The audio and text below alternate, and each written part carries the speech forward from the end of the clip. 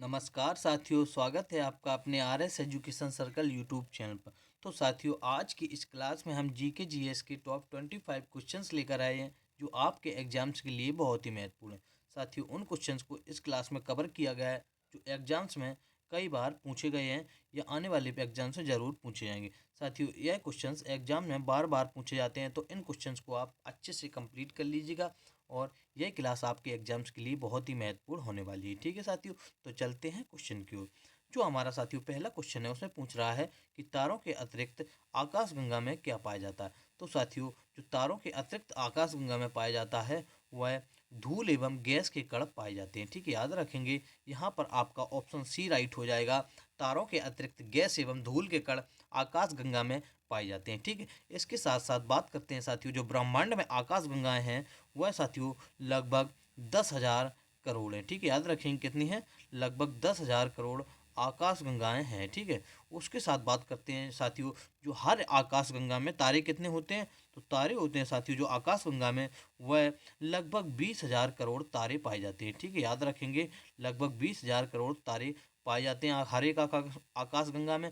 जो आकाशगंगा होती हैं सारे ब्रह्मांड में वह 10,000 करोड़ की मानी जाती है। ठीक है, याद रखेंगे यहाँ पर ऑप्शन सी राइट हो जाएगा। तारों के अतिरिक्त आकाशगंगा में गैस एवं धूल के कण पाए जाते हैं।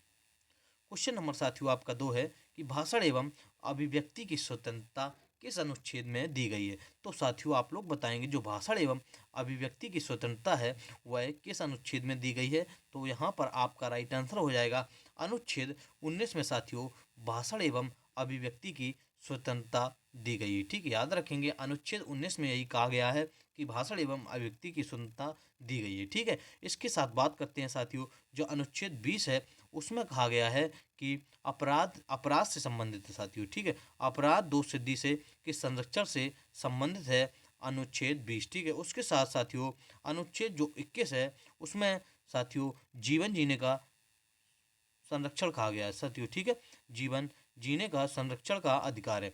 उसके साथ साथियों अनुच्छेद 22 में कहा गया है कि गिरफ्तारी से यह संबंधित है। ठीक है, अनुच्छेद 22 है जो वह गिरफ्तारी से संबंधित है। तो साथियों यहाँ पर मैंने चारों ऑप्शंस का डिटेल बता दिया है। तो यहाँ पे राइट आंसर ऑप्शन आपका 19 हो जाएगा।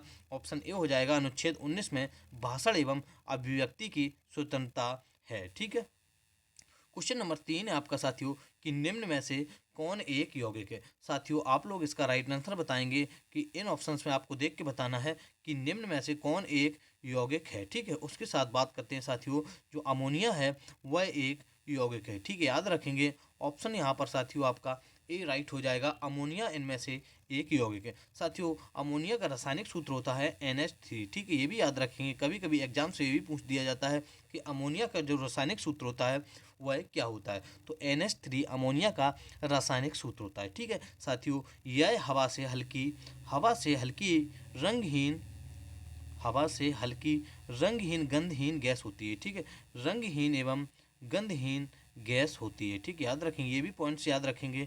जितने मैं पॉइंट्स बता रहा हूँ यह एग्जाम्स के लिए बहुत ही महत्वपूर्ण है। यह जो पॉइंट बता रहा हूँ ये एग्जाम्स में कई बार पूछे गए हैं। यह एग्जाम में पूछा जाएगा कि अमोनिया एक यौगिक है। ठीक है, हाँ या ना, इसमें से रासायनिक सूत्र क्या होता है। यह हवा से हल्की एवं रंगहीन गंधहीन गैस होती है। ठीक है, उसके साथ बढ़ते हैं अगले क्वेश्चन की ओर।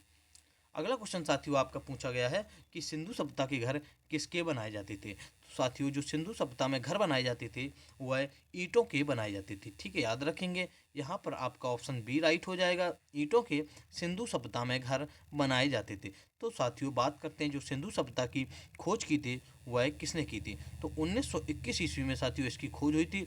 यह दयाराम से साहनी को साथियों श्रेय जाता है खोज का। ठीक है, दयाराम साहनी ने 1921 ईस्वी में साथियों सिंधु सभ्यता की खोज की थी। ठीक है, आपका यहाँ पे बी ऑप्शन राइट हो जाएगा। सिंधु सभ्यता के जो घर थे वह ईंटों के बनाए जाते थे।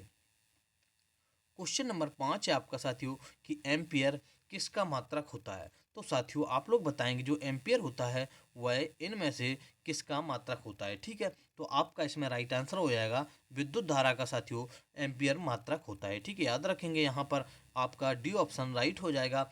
विद्युत धारा का जो मात्रक होता है वह एम्पियर होता है। तो इसके साथ ये बात करते हैं जो विद्युत विभव बल और विद्युत आवेश का मात्रक होता है वह क्या होता है। तो विद्युत विभव का जो मात्रक होता है वह साथियों वोल्ट होता है, ठीक है। उसके साथ बल का जो मात्रक होता है वह साथियों न्यूटन होता है, और विद्युत आवेश का जो मात्रक होता है वह कूलाम होता है, ठीक है। याद रखेंगे कूलाम होता है, याद रखेंगे, सभी पॉइंट्स बहुत ही महत्वपूर्ण हैं। क्वेश्चन नंबर 6 आपका कि सर्वाधिक शक्तिशाली कंप्यूटर कौन सा होता है। तो साथियों आप लोग बताएंगे जो सर्वाधिक शक्तिशाली कंप्यूटर होता है वह कौन सा है। तो आपका इसमें राइट आंसर हो जाएगा साथियों सुपर कंप्यूटर सर्वाधिक शक्तिशाली कंप्यूटर होता है, ठीक है। याद रखेंगे यहाँ पर ऑप्शन ए आपका साथियों राइट हो जाएगा, सुपर कंप्यूटर सर्वाधिक शक्तिशाली कंप्यूटर होता है, ठीक है। उसके साथ बात करते हैं साथियों जो सर्वाधिक शक्तिशाली कंप्यूटर होता है वह सुपर कंप्यूटर होता है, वह सबसे पहले कब बनाया गया था। तो साथियों 1975 ईस्वी में सर्वाधिक शक्तिशाली कंप्यूटर सुपर कंप्यूटर बनाया गया था, ठीक है। इसका क्या नाम था सुपर कंप्यूटर जो बनाया गया था, इसका साथियों इलियॉक 4 नाम था, ठीक है। याद रखेंगे इलियॉक 4 साथियों पहला सुपर कंप्यूटर बनाया गया था 1975 ईस्वी में। अगला क्वेश्चन क्वेश्चन नंबर 7 है आपका कि आलू एट्टू किस राज्य का लोक नृत्य है। तो साथियों जो आलू एट्टू लोक नृत्य है वह किस राज्य का है। तो आपका इसमें राइट आंसर हो जाएगा नागालैंड राज्य का साथियों आलू एट्टू लोक नृत्य है, ठीक है। याद रखेंगे यहाँ पर आपका ऑप्शन सी राइट हो जाएगा, आलू एट्टू लोक नृत्य जो है नागालैंड राज्य का लोक नृत्य, ठीक है। इसके साथ यहाँ पर बात करते हैं साथियों नागालैंड की, जो नागालैंड की साथियों राजधानी है वह कहाँ है। आप लोग बताएंगे कि राजधानी कहाँ है इसकी, इसकी साथियों राजधानी कोहिमा है, ठीक है। ये भी याद रखेंगे जो राजधानी है इसकी नागालैंड की वह कोहिमा है। और साथियों यह इससे जो नागालैंड को राज्य का दर्जा मिला था यह कब मिला था। तो आपको राइट आंसर इसमें हो जाएगा साथियों 1963 ईस्वी में नागालैंड को राज्य का दर्जा मिला था, ठीक है। ये भी याद रखेंगे, एग्जाम्स में कई बार पूछा गया है कि जो नागालैंड है उसे राज्य का दर्जा कब प्रदान किया गया था। तो साथियों 1963 ईस्वी में नागालैंड को राज्य का दर्जा प्रदान किया गया था। याद रखेंगे क्वेश्चन नंबर 8 है आपका साथियों कि जीव विज्ञान की शाखा में कवक एवं फंगी का अध्ययन किया जाता है वह कौन सी शाखा है। तो आपका इसमें राइट आंसर हो जाएगा कवक एवं फंगी का जो अध्ययन किया जाता है वह किसके द्वारा किया जाता है। तो आपका इसमें राइट आंसर हो जाएगा साथियों माइकोलॉजी में कवक एवं फंगी का अध्ययन किया जाता है, ठीक है। जो कवक एवं फंगी का अध्ययन किया जाता है वह साथियों माइकोलॉजी में किया जाता है, ठीक है। याद रखेंगे यहाँ पर साथियों आपका बी ऑप्शन राइट हो जाएगा, ठीक है। क्वेश्चन नंबर साथियों आपका 9 है कि इलेक्ट्रॉन वोल्ट किसकी इकाई है। तो साथियों आप लोग बताएंगे जो इलेक्ट्रॉन वोल्ट है वह किसकी इकाई है। तो आपका इसमें राइट आंसर हो जाएगा इलेक्ट्रॉन वोल्ट साथियों किसकी इकाई है, साथियों ऊर्जा की इकाई है, ठीक है। याद रखेंगे जो इलेक्ट्रॉन वोल्ट है वह साथियों ऊर्जा की इकाई है, ठीक है। बात करते हैं साथियों इसकी जो व्यवहांतर है साथियों इसकी जो इकाई है वह वोल्ट है, ठीक है। याद रखेंगे वोल्ट है। और साथियों जो शक्ति शक्ति है इसकी इकाई वाट होती है। और साथियों विद्युत धारा की जो इकाई होती है प्रीवियस ईयर क्वेश्चन में पूछा था वह साथियों क्या होती है, एम्पियर, ठीक है। याद रखेंगे यहाँ पर आपका ऑप्शन बी राइट हो जाएगा, इलेक्ट्रॉन वोल्ट ऊर्जा की इकाई होती है। क्वेश्चन नंबर 10 है आपका साथियों कि हिंदुस्तान रिपब्लिक एसोसिएशन के संस्थापक कौन थे। तो साथियों जो हिंदुस्तान एसोसिएशन के रिपब्लिक एसोसिएशन के संस्थापक थे वह राम प्रसाद बिस्मिल को माना जाता है। तो साथियों इनमें से राम प्रसाद बिस्मिल भी शामिल थे, ठीक है। याद रखेंगे यहाँ पर आपका डी ऑप्शन राइट हो जाएगा, राम प्रसाद बिस्मिल के अलावा और अन्य भी शामिल थे, ठीक है। यहाँ पर आपका राइट आंसर डी हो जाएगा राम प्रसाद बिस्मिल, ठीक है। Hindustan Republic association. तो साथियों बात करते हैं हिंदुस्तान रिपब्लिक एसोसिएशन की, जो इसकी स्थापना हुई थी वह साथियों 1928 ईस्वी में हुई थी, ठीक। याद रखेंगे 1928 ईस्वी में इसकी स्थापना हुई थी, ठीक है। यहाँ पर आपका डी ऑप्शन राइट हो जाएगा। क्वेश्चन नंबर साथियों 11 है कि निम्न में से किस राज्य के विधानमंडल में 2 सदन है। तो साथियों आप लोग बताएंगे कि इनमें से कौन सा जो विधानमंडल है राज्य का विधानमंडल है जिनमें 2 सदन हुए। तो आपका इसमें राइट आंसर होएगा साथियों महाराष्ट्र के विधानमंडल में 2 सदन है, ठीक है। याद रखेंगे यहाँ पर आपका साथियों सी ऑप्शन राइट हो जाएगा, महाराष्ट्र के विधानमंडल में 2 सदन है, ठीक है। याद रखेंगे सी ऑप्शन राइट हो जाएगा। अगला क्वेश्चन क्वेश्चन नंबर 12 आपका कि निम्न में से कौन सा स्थान ताबे खान के लिए प्रसिद्ध है। तो साथियों ताबे के खान के लिए इनमें से कौन सा स्थान प्रसिद्ध है आपको यह बताना है। तो आपका इसमें साथियों राइट आंसर हो जाएगा खितड़ी जो है वह ताबे के खान के लिए प्रसिद्ध है। ठीक है, याद रखेंगे यहाँ पर आपका ए ऑप्शन राइट हो जाएगा। खेतड़ी तांबे के खान के लिए प्रसिद्ध है। तो साथियों आपको एक क्वेश्चन इसका आंसर कमेंट बॉक्स में बताना है कि खेतड़ी किस राज्य में है। ठीक है, जो खेतड़ी है वह किस राज्य में है, आपको इसका आंसर जो कमेंट बॉक्स में बताना है कि खेतड़ी है वह किस राज्य में है जो तांबे के खान के लिए प्रसिद्ध है। क्वेश्चन नंबर साथियों आपका 13 है कि भारत में किस साधन के माध्यम से चुनाव कराए जाते हैं। तो साथियों जो वर्तमान में भारत में जो साधन से चुनाव कराए जाते हैं वह ईवीएम मशीन द्वारा कराए जाते हैं। ठीक है साथियों, याद रखेंगे इलेक्ट्रॉनिक वोटिंग मशीन द्वारा वर्तमान में भारत में चुनाव कराए जाते हैं। ठीक है, याद रखेंगे किस मशीन द्वारा साथियों, ईवीएम मशीन द्वारा चुनाव कराए जाते हैं। ठीक है, यहाँ पर इलेक्ट्रॉनिक वोटिंग मशीन। साथियों बात करते हैं ईवीएम मशीन की, इसका जो सबसे पहले चुनाव कराया गया था इस मशीन द्वारा, तो साथियों 1982 ईस्वी में केरल में विधानसभा के चुनाव कराए गए थे। ठीक, याद रखेंगे केरल के जो विधानसभा क्षेत्र के चुनाव थे वह 1982 ईस्वी में सबसे पहले साथियों कराए गए थे। ठीक है, यहाँ पर आपका बी ऑप्शन राइट हो जाएगा, electronic voting machine. Question number 14 आपका साथियों कि आर्य समाज के संस्थापक किसे माना जाता है। तो साथियों आप लोग बताएंगे कि आर्य समाज के जो संस्थापक है वह कौन है। तो आपका इसमें राइट आंसर हो जाएगा स्वामी दयानंद सरस्वती को माना जाता है। ठीक है, याद रखेंगे स्वामी दयानंद सरस्वती को आर्य समाज का संस्थापक माना जाता है। ऑप्शन यहाँ पर डी आपका साथियों राइट हो जाएगा। जो आर्य समाज की स्थापना हुई थी वह साथियों 1875 ईस्वी में हुई थी। ठीक है, ये भी याद रखेंगे जो 1875 ईस्वी में हुई थी वह आर्य समाज की स्थापना की गई थी। तो साथियों इसके साथ ये भी याद रखेंगे जो स्वामी दयानंद सरस्वती का नारा था वह क्या था। आप लोग बताएंगे जो स्वामी दयानंद सरस्वती का जो नारा था वह वेदों की ओर लौटो नारा था। ठीक है, याद रखेंगे वेदों की ओर लौटो जो नारा था वह स्वामी दयानंद सरस्वती का था। ठीक है, क्वेश्चन नंबर साथियों 15 आपका कि पिचर प्लांट अभ्यारण्य किस राज्य में स्थित है। साथियों जो पिचर प्लांट अभ्यारण्य है वह किस राज्य में स्थित है, आपके क्वेश्चंस में यह पूछ रहा है। ठीक है, तो आपका इसमें राइट आंसर हो जाएगा साथियों मेघालय राज्य में स्थित है। ठीक है, याद रखेंगे आपका यहाँ पे ए ऑप्शन राइट हो जाएगा, मेघालय राज्य में साथियों पिचर प्लांट स्थित है। क्वेश्चन नंबर 16 आपका कि भारत में मुगल साम्राज्य के संस्थापक कौन थे। तो साथियों जो भारत में मुगल साम्राज्य के संस्थापक थे वह किसे माना जाता है। तो आपका इसमें राइट आंसर हो जाएगा साथियों बाबर भारत में मुगल साम्राज्य के संस्थापक थे। ठीक है, तो साथियों याद रखेंगे यहाँ पर आपका सी ऑप्शन राइट हो जाएगा। इसके साथ आप लोग बताएंगे जो बाबर ने मुगल साम्राज्य की स्थापना की थी वह कब की थी। तो साथियों आपका इसमें राइट आंसर हो जाएगा 1526 ईस्वी में बाबर ने मुगल साम्राज्य की स्थापना की थी। ठीक है, और किसे हराया था साथियों जब मुगल साम्राज्य की स्थापना की थी, तो पानीपत का जो प्रथम युद्ध हुआ था, पानीपत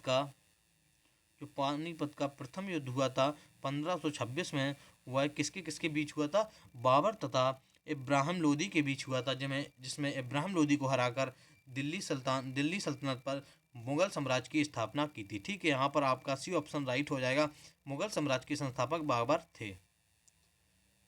क्वेश्चन नंबर 17 आपका साथियों निम्न ऐसे कौन सा रोग महामारी रोग नहीं है। साथियों आप लोग इन ऑप्शंस को देखेंगे और बताएंगे कि निम्न ऐसे कौन सा रोग है जो महामारी रोग नहीं है। ठीक है, तो आपका इसमें राइट आंसर हो जाएगा साथियों पोलियो रोग एक छुआछूत वाला रोग या महामारी रोग नहीं है। ठीक है, आपका इसमें राइट आंसर साथियों ऑप्शन बी हो जाएगा। ठीक है, पोलियो। क्वेश्चन नंबर साथियों 18 है आपका कि आकाशगंगा एक क्या है। तो साथियों आप लोग आंसर बताएंगे जो आकाशगंगा है वह एक क्या है। तो आपका इसमें राइट आंसर हो जाएगा आकाशगंगा एक तारों का समूह है। ठीक है, याद रखेंगे ग्रुप्स ऑफ स्टार्स है जो वह आकाशगंगा है। ठीक है, यहाँ पर ए ऑप्शन साथियों आपका राइट हो जाएगा। क्वेश्चन नंबर 19 है आपका साथियों कि इंडिया अर्थात भारत राज्यों का एक समूह किस अनुच्छेद में है। साथियों जो अनुच्छेद 1 में कहा गया है कि इंडिया अर्थात भारत है जो वह एक राज्यों का समूह है। ठीक है, याद रखेंगे किस में कहा गया है, तो अनुच्छेद साथियों 1 में कहा गया है इंडिया अर्थात भारत एक राज्यों का एक समूह है। ठीक है, याद रखेंगे अनुच्छेद 1 में कहा गया है। ठीक है, उसके अलावा साथियों बात करते हैं अगले क्वेश्चन की। क्वेश्चन नंबर 20 है आपका कि ध्वनि की तीव्रता किस यंत्र से मापी जाती है। तो साथियों जो ध्वनि की तीव्रता होती है वह किस यंत्र से मापी जाती है, तो आपको इसका राइट आंसर बताना है। तो आपका इसमें राइट आंसर हो जाएगा ऑडियोमीटर से साथियों ध्वनि की तीव्रता मापी जाती है। ठीक है, याद रखेंगे जो ध्वनि की तीव्रता होती है वह ऑडियोमीटर से मापी जाती है। ठीक है, इसके साथ साथ हम बात करेंगे जो एनोमीटर यंत्र है, अल्टीमीटर और डायनोमीटर से क्या मापा जाता है। तो साथियों जो एनोमीटर है उससे हवा की गति जो मापी जाती है, ठीक है, याद रखेंगे। हवा की गति मापने के लिए एनोमीटर का प्रयोग किया जाता है। उसके साथ अल्टीमीटर है साथियों, उसे ऊंचाई मापने के लिए किया जाता है, ठीक है, ऊंचाई मापने के लिए अल्टीमीटर का प्रयोग किया जाता है। और डायनोमीटर से साथियों इंजन की शक्ति मापने के लिए प्रयोग किया जाता है, ठीक है। जो इंजन की शक्ति मापते हैं वह साथियों डायनोमीटर से मापते हैं, ठीक है, याद रखेंगे। आपने सुना होगा जो इंजन में लगा होता है डायनोमा लगा होता है, ठीक है। इंजन की जो शक्ति नापते हैं वह डायनोमीटर से नापते हैं। क्वेश्चन नंबर साथियों 21 है आपका, किताब उल हिंद नामक पुस्तक के लेखक कौन है। तो साथियों आप लोग राइट आंसर बताएंगे। जो किताब उल हिंद नामक पुस्तक है उसके जो लेखक हैं वह कौन है। तो आपका इसमें राइट आंसर हो जाएगा, किताब उल हिंद के लेखक है अलवर्नी जी, ठीक है, याद रखेंगे। यहाँ पर ऑप्शन सी आपका राइट हो जाएगा। अलवर्नी की जो पुस्तक है वह किताब उल हिंद है, ठीक है। यहाँ पर सी ऑप्शन आपका राइट हो जाएगा। चलते हैं साथियों अगले क्वेश्चन। क्वेश्चन नंबर 22 है आपका साथियों कि हेमिस राष्ट्रीय उद्यान किस राज्य में स्थित है। तो जो हेमिस राष्ट्रीय उद्यान है वह साथियों लद्दाख राज्य में स्थित है, ठीक है, याद रखेंगे। आपका सी ऑप्शन साथियों राइट हो जाएगा। लद्दाख राज्य में हेमिस राष्ट्रीय उद्यान स्थित है। साथियों जो हेमिस राष्ट्रीय उद्यान है वह किसके लिए प्रसिद्ध है। तो साथियों वह हिम तेंदुआ के लिए प्रसिद्ध है, ठीक है, याद रखेंगे। हिम तेंदुआ के लिए हेमिस राष्ट्रीय उद्यान स्थित है, ठीक है, याद रखेंगे। हेमिस राष्ट्रीय उद्यान है वह हिम तेंदुआ के लिए प्रसिद्ध है। क्वेश्चन नंबर साथियों आपका 23 है कि रोग फैलाने वाले कीड़ों को क्या कहा जाता है। साथियों जो कीड़े रोग फैलाते हैं, उनको क्या कहा जाता है। तो आपका इसमें राइट आंसर हो जाएगा साथियों, वेक्टर कहा जाता है, ठीक है, याद रखेंगे। रोग फैलाने वाले कीड़ों को वेक्टर कहा जाता है। यहाँ पर साथियों आपका ए ऑप्शन राइट हो जाएगा। क्वेश्चन नंबर साथियों आपका 24 है कि हमारा सौरमंडल है किस आकाश गंगा में है। तो साथियों हमारा सौरमंडल मंदाकिनी आकाश गंगा में है, ठीक है, याद रखेंगे। यहाँ पर आपका ऑप्शन बी राइट हो जाएगा। मंदाकिनी आकाश गंगा में हमारा सौरमंडल स्थित है, ठीक है। जो पृथ्वी की आकाश गंगा को साथियों मंदाकिनी कहते हैं, ठीक है। जो पृथ्वी की आकाश गंगा है उसे साथियों मंदाकिनी कहते हैं। जो हमारा सौरमंडल है मंदाकिनी में स्थित है। क्वेश्चन नंबर साथियों 25 से अंतिम क्वेश्चन है आपका कि संविधान के अनुसार प्रधानमंत्री की नियुक्ति किसके द्वारा की जाती है। तो साथियों आप लोग बताएंगे जो संविधान के अनुसार प्रधानमंत्री की नियुक्ति की जाती है वह किसके द्वारा की जाती है। तो आपका इसमें राइट आंसर हो जाएगा, भारत के राष्ट्रपति के द्वारा प्रधानमंत्री जी की नियुक्ति की जाती है, ठीक है, याद रखेंगे। यहाँ पर आपका बी ऑप्शन राइट हो जाएगा। प्रधानमंत्री की नियुक्ति जो की जाती है वह भारत के राष्ट्रपति के द्वारा की जाती है। तो साथियों इसके साथ जान लेते हैं, राष्ट्रपति की बात करते हैं। जो राष्ट्रपति का जो भारत के जो राष्ट्रपति का चुनाव होता है वह किस अनुच्छेद में कहा गया है। तो भारत में एक राष्ट्रपति होगा, यह अनुच्छेद 52 में साथियों कहा गया है, ठीक है, याद रखेंगे। अनुच्छेद 52 में कहा गया कि भारत में एक राष्ट्रपति होगा, ठीक है। जो राष्ट्रपति पर साथियों महाभियोग लगता है वह किस देश से लिया गया है या कहाँ से लिया गया है। इस क्वेश्चन का आंसर आप कमेंट बॉक्स में बताएंगे, कमेंट करेंगे इसका राइट आंसर। जो भारत पर महाभियोग लगता है, राष्ट्रपति पर महाभियोग लगता है, वह किस देश से लिया गया है, ठीक है। तो साथियों आज की क्लास यहीं पे समाप्त होती है। अगर आपको वीडियो अच्छा लगा हो तो वीडियो को लाइक कीजिएगा तथा अपने दोस्तों के पास शेयर कीजिएगा, ठीक है। Thank you class.